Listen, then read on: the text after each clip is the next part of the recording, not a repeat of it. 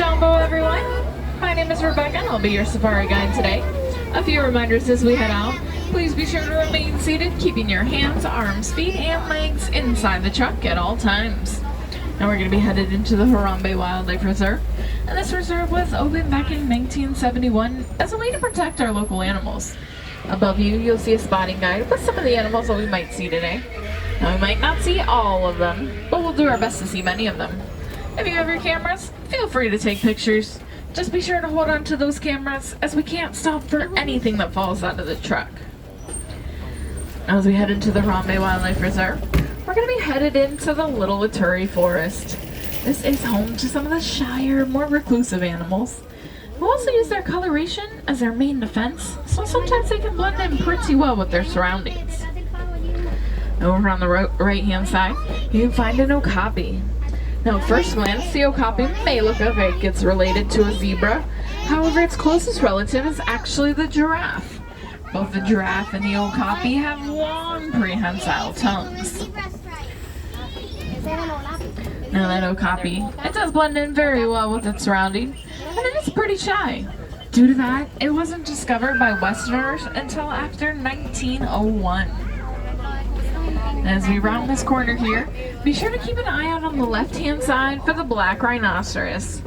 Black rhinos can get up to 3,000 pounds, and even though there's all these trees and rocks out here, they can charge at about 35 miles per hour. Now there are currently less than 5,000 black rhinoceros left in the world, and that's due to poaching. They've been poached near extinction for that horn, which is made up of keratin, just like our hair and our fingernails. So really not that scientific or medicinally unique. Now over on the right-hand side, you can see the greater kudu. Now it looks like these ones are females, as males have long, spiral, 6-foot horns. The females do not, and they prefer to be in a small group like that. On the left-hand side up here, you can see a saddle-billed stork. These tall black and white birds can get about 5 feet tall with a wingspan up to 9 feet wide. Now they are primarily solitary, so you usually only find 1 or 2 of them in an area.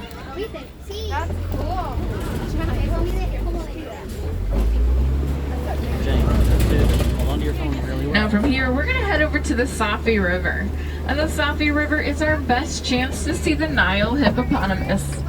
Now, one very important thing to keep in mind when looking for a hippopotamus is to be sure to look not just up on land, but also down in the water, as hippos will spend the majority of their time in the water to escape that hot sun, oftentimes remaining fully submerged for up to 8 minutes at a time. Now, hippos, they'll come out a little bit more frequently at dusk and throughout the evening to do a lot of grazing along the banks. Now, hippos are herbivores, and they'll eat an average of about 80 to 90 pounds of plants and vegetation each day. Now, this is a relatively small amount for their large size, as they can get up to about 5,500 pounds. Now, the larger, lighter colored birds that you see out here, these are pink-backed pelicans, one of 8 pelican species. During their mating season, the plumage on their back will turn to a nice light pink shade. At their breeding sites, you'll find them in pairs, with between 50 and 200 pairs at a single site. Now both mom and dad, they'll take turns incubating the eggs, staying on the nest for about 30 days until those eggs hatch.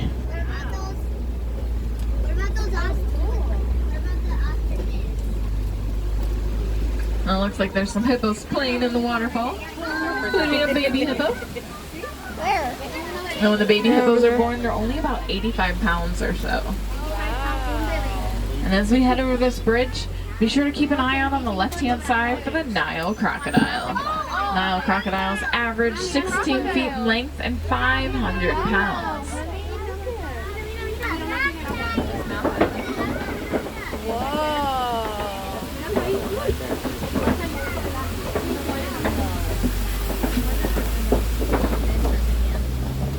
Now those crocodiles have super powerful jaws capable of crushing bones.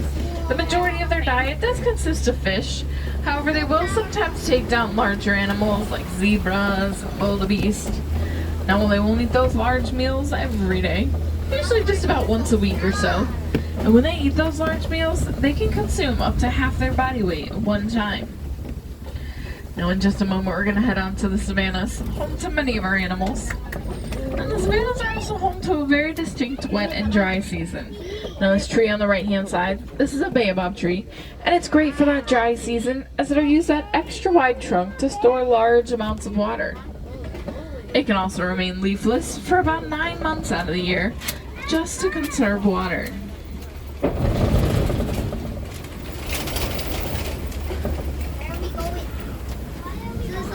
Now a lot of the animals, they'll actually migrate along with the wet seasons, as that's where they're best able to find their food. Now as we head through the savannah, take note of the landscaping. A lot of it is done by the animals. Elephants, the boulders, the trees, the giraffes, the help with pruning, and the zebras and the antelope, they're kind of like the lawnmowers, helping to keep those grasses nice and short. Now fortunately for us, the animals, they're very used to these trucks coming through. But we are headed into their area, so let's make sure not to make too many loud sounds to disrupt them. Now we do have some really good wardens out there that'll keep an eye on these animals, make sure nobody's coming on these lands that shouldn't be, watching out for poachers. Unfortunately for us, the animals, that then allows them to get pretty close to the truck. Now from here we can see some of those tall Maasai giraffe. These giraffe can get about 18 to 20 feet tall. Now as this giraffe is eating here, keep an eye out for its tongue. They have a very long prehensile tongue. And what that means is kind of like our fingers. They can use those tongues to grab onto those leaves and branches to help them eat.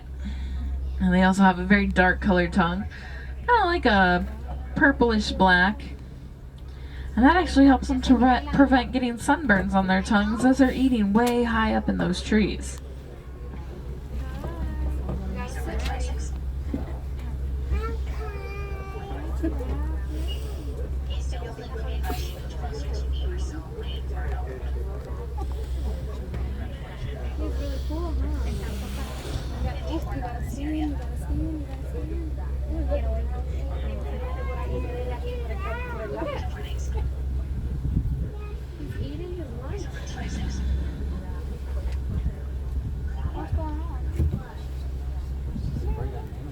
There's one over there still running. See him running?